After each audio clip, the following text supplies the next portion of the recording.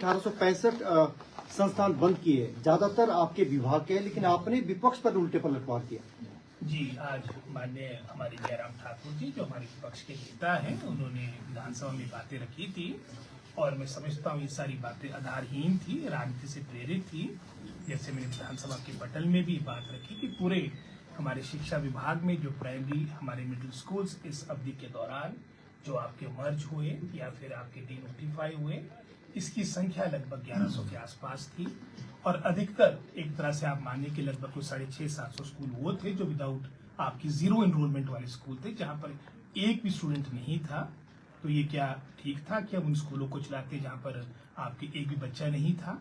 इसके अलावा भी लगभग कुछ 419 स्कूल थे जहां पर एक बच्चा, दो बच्चे या मैक्सिमम 5 से कम के बच्चे, पर हमने डिस्टेंस का जो मापदंड रखा था तो 2 किलोमीटर या मिडिल स्कूल के 3 किलोमीटर का पैमाना रखा था और उस पैमाने के अनुसार ही मैं समझता हमने कार्य किया है। जैसे मैंने विधानसभा के पटल में भी कहा, कंसोलिडेशन, स्ट्रेंथनिंग, आज समय की आवश्यकता है कि हम शिक्षा विभाग को स्ट्रेंथन करें।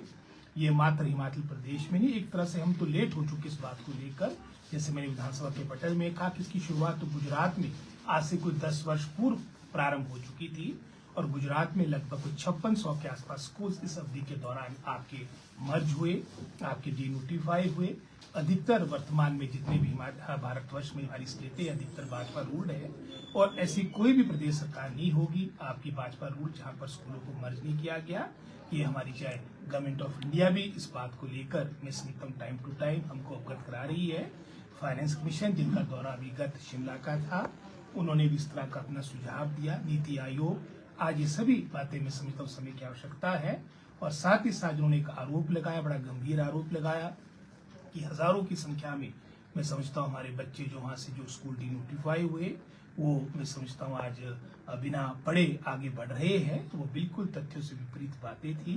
जैसे मैंने पहले कहा, लगभग कुछ 650-700 स्कूल वो थे जहाँ पर एक भी बच्चा नहीं था, टीचर की नियुक्तियां हुई भी थी और उसके अलावा कुछ ऐसे स्कूल्स भी थे जो आपके डमी इनरोलमेंट थी, जहाँ बच्चे थे नहीं, कागजों में शो किया जा रहा था। और टोटल जो हमारे 419 स्कूल आपके मर्ज किए गए, डीनोटिफाई किए गए, जहाँ पर बच्चे थे, उनकी पूरी संख्या लगभग कोई 674 पूरे हिमाचल प्रदेश में है और 674 में से भी लगभग सभी मैं समझता हूँ जो विद्यार्थी थे उनको एडजॉइनिंग स्कूल में उन्होंने एडमिशन ले ली है।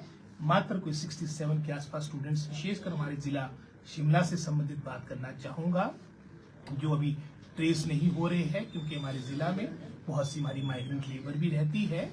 तो उसके लिए मैंने विभाग को कह दिया, अपने एचओडीज को कह दिया कि उनकी पूरी हमें जानकारी प्राप्त करनी है ताकि हम ये सुनिश्चित करें कि हिमाचल का हमारा एक भी बच्चा बिना शिक्षा के ना रहे। इसी तरह से जयराम जी ने बिना तथ्यों के एक आरोप ये लगा लिया कि आपकी सरकार के कार्यकाल के दौरान, उन्होंने तो 22वां बता दिया था, हालांकि वो 21वां स्थान है, 21वें स्थान पे हिमाचल की शिक्षा पहुंच गई। तो कहीं ना कहीं जयराम जी जो बड़े वरिष्ठ नेता है, इतने समय के विधायक है, पिछले में 5-6 दफा विधायक बन चुके हैं, मुख्यमंत्री रहे, तथ्यों की तो जानकारी वो मैं समझता हूँ उनको पता करनी चाहिए। और जो ये नेशनल असेसमेंट सर्वे कांग्रेस सरकार के कार्यकाल का दौरान का नहीं है, ये भाजपा सरकार के कार्यकाल का वर्ष 2021 का नैस का सर्वे है, जो इनके कार्यकाल के दौरान जिसकी सर्वे आया था, जिसके अनुसार हिमाचल प्रदेश जो एक समय में टॉप 3 स्टेट्स में हुआ करता था 21वें स्थान पे पहुंच चुका है। तो ये बात सब इन पर उठती है। एक बात उन्होंने और कही थी कि सरकार ने पाप किया है, अपराध किया है संस्थान बंद कर। उनका पाप हम समझ सकते हैं कि किस तरह से मैं समझता हूँ 2022 में बड़े बड़े दावे पार्टी को मिले, उसके लिए बड़े नारे लगाए थे, डबल इंजन की बातें हुई, मिशन रिपीट की बातें हुई और वहां पर आप जानते हैं कि किस तरह से इनकी सारी बातें धराशायी हुई है। उसके उपरांत मिशन लोटस में भी किस तरह से हमारे विधायकों को खरीद फरोख्त के माध्यम से अपने साथ जोड़ा गया। तो कहीं ना कहीं स्पष्ट रूप में विद इन पार्टी भी जो मैं समझता हूँ वर्तमान में उनकी स्थिति बन चुकी है, बौखलाहट देखने को मिल रही। और मैंने विधानसभा के पटल में भी कहा कि अगर इतना शिक्षा से संबंधित बातें थी तो आपके समय में उसमें बेहतर कार्य होना चाहिए था। पूरे 5 वर्ष की अवधि हर सरकार को मिलती है, आपने 5 वर्ष की अवधि में एक भी मात्र 3-4 जो महीने रह गए थे चुनाव से पहले, आपने एक भी कॉलेज नहीं खोला। उसके बाद क्या इस तरह का ज्ञान आपको आ गया कि चुनाव से पहले मैंने 2 दर्जन 24 कॉलेज खोल दिए। सारा कुछ खोलने के बावजूद भी, 900 संस्थान खोलने के बावजूद भी भाजपा हारी है, उन्हें शिकस्त मिली है। उन्हें मैंडेट को मैं समझता हूँ रिस्पेक्ट करना चाहिए। 5 वर्ष की अवधि उनको विपक्ष में बैठने के लिए दी कि हाँ जहाँ हम गलती करते हैं अवश्य अपनी बात रखें, लेकिन बिना तथ्यों के, बिना मैं समझता हूँ आधार के जिस तरह की उन्होंने आज बयानबाजी की है, हम इतने वरिष्ठ मैं समझता हूँ राजनेता से आशा नहीं रखते हैं और हम आशा रखें कि भविष्य में जो भी वो स्टेटमेंट देंगे वो मैं समझता हूँ फैक्ट्स एंड फिगर्स पर आधारित होगी। और जैसे मैंने कहा, गुणात्मक शिक्षा के प्रति हमारी सरकार वचनबद्ध है और आने वाले समय में भी जो भी मैं समझता हूँ अपने विभाग को स्ट्रेंथन कंसोलिडेट करने के लिए कार्य करना होगा, उसमें हम डगमगाएंगे। सर, ये गेस्ट टीचर पॉलिसी को लेकर के बीते कल जो है विपक्ष ने प्रोटेस्ट किया है और बेरोजगार युवा भी आए थे, विरोध कर रहे हैं। वो कह रहे हैं कि रेगुलर भर्तियां होनी चाहिए, इस तरीके से भर्ती नहीं होनी चाहिए। इस पर आपकी प्रतिक्रिया? आप जानते हैं कि भाजपा के पूरे 5 वर्ष की अवधि में 20,000 रेगुलर अपॉइंटमेंट्स हुई है, यानी एक वर्ष में 4 या 5,000 के आसपास अपॉइंटमेंट हुई।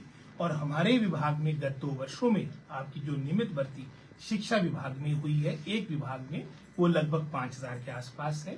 राइट फ्रॉम आपके कॉलेज कैडर के प्रिंसिपल के पद से लेके जेबीटी के टीचर तक लगभग हमने 5,000 पद भरे हैं। और इसके अलावा भी हमारे 10,000 पद ऐसे हैं जिसकी प्रक्रिया चली है, चाहे उसमें 6200 एनटीटी टीचर्स की बात करें, चाहे हम 2800 हमारी एलिमेंट्री एजुकेशन की सीटें हैं, पोस्टें, स्पेशल एजुकेटर की पोस्टें हैं। और हमारा पूरा प्रयास रहेगा कि प्रथम चरण में जो हमने कैबिनेट के द्वारा गत 2 वर्षों में इतनी पोस्टें स्वीकृत करवाई है, जो कमीशन में कहीं ना कहीं मैं समझता हूँ लंबित है, इसको एक्सपीडाइट करें। कुछ ऐसे मामले भी हैं हमारे जो भी कोर्ट में लंबित हैं, सबको एक्सपीडाइट करेंगे। नई सिरे से मैं समझता हूँ पूरा स्थिति अपने शिक्षा विभाग की देखेंगे और विशेषकर विशेष परिस्थितियों में, विशेष क्षेत्रों में जहाँ पर टीचरों का बहुत अभाव है, चाहे सिरमौर जिला की बात हो, चाहे चंबा डिस्ट्रिक्ट की बात हो, तो अगर आपने कमीशन से भी नियुक्तियां करनी है उसमें भी समय लगता है, उसमें महीनों सालों लग जाते हैं। और अगर तो कोर्ट में मामला चले जाए तब तो उसमें हमारे एस्पिरेशनल डिस्ट्रिक्ट्स, हमारे कबायली क्षेत्र शिक्षा के क्षेत्र में पीछे ना रहे। तो उस सोच के साथ मैं समझता हूँ प्रारंभिक चर्चा हमारी हुई है, इसके बारे में डिटेल में एसओपी आएगा और उसके उपरांत ही हम दूसरा टेम्परेरी बेस्ड होंगे सर? बिल्कुल टेम्परेरी, वेरी शॉर्ट होंगे, वो भी तब जब होंगे। अभी तो वर्तमान जैसे मैंने कहा हमारी पहली जो कार्य रहेगा वो एक्सपीडाइट करना है, जो हमने सैंक्शंस ली है कैबिनेट से, और अपने डिपार्टमेंट को रेशनलाइज करना है। क्योंकि वर्तमान में आपके जैसे मैंने पिछले सेशन के दौरान आंकड़े दिए थे, गत 2 दशकों में 20 वर्षों में लगभग कोई 5 लाख के आसपास इनरोलमेंट हमारी सरकारी स्कूलों में कम हुई। कई ऐसे स्कूल है जिसका उदाहरण माननीय मुख्यमंत्री जी ने भी विधानसभा के अंदर हंसा स्कूल का दिया, जहाँ पर 3 बच्चे हैं, 8 टीचर है। तो उसको हम कैसे जस्टिफाई करेंगे? अगर आज हम मंत्री है, विधायक है या कस्टोडियन है पूरे हिमाचल प्रदेश की जनता जनार्दन के, तो हमारा एक मैं समझता हूँ नैतिक कर्तव्य बनता है कि जो पब्लिक एक्सचेकर का पैसा है उसका सदुपयोग हो। पहले ही आपको फाइनेंशियल क्रंच है, इसको प्रॉपर्ली जो वर्तमान में मैं समझता हूँ हमारा स्टाफ है उसको रेशनलाइज करने की प्रक्रिया मैंने हायर एजुकेशन, एलिमेंट्री एजुकेशन के सभी हमारे डिपार्टमेंट को, अपने एचओडीज को कह दिया है। पूरा प्रारूप तैयार होगा। और साथ ही साथ जैसे हमने उदाहरण के तौर पे +2 आपके कई +2 जैसे हंसा का उदाहरण मैंने दे दिया, या हमारा अन्य इस तरह के कई विद्यालय है, उसमें हमने एक मैं समझता हूँ एक मापदंड तय किया कि 25 से कम, जहाँ पर 6ठी से लेकर 12वीं तक यानी 7 क्लासेस में अब 25 से कम इनरोलमेंट होगी, उसको हम एक तरह से स्तर उसको हम डिनोटिफाई नहीं करेंगे, उसको डाउनग्रेड करेंगे, उसको हाई स्कूल के रूप में वो कार्य करेगा। ये स्थिति हाई स्कूल की है, जहाँ पर 20 से कम बच्चे हमारी 5 क्लासेस में होंगे, वो मिडिल स्कूल के रूप में कार्य करेगा। क्योंकि सबसे महत्वपूर्ण है कि एक शैक्षिक माहौल मात्र बिल्डिंग बनाने से हमारा शिक्षा विभाग आगे नहीं बढ़ सकता है कि हम कई करोड़ों की बिल्डिंग बना दिए।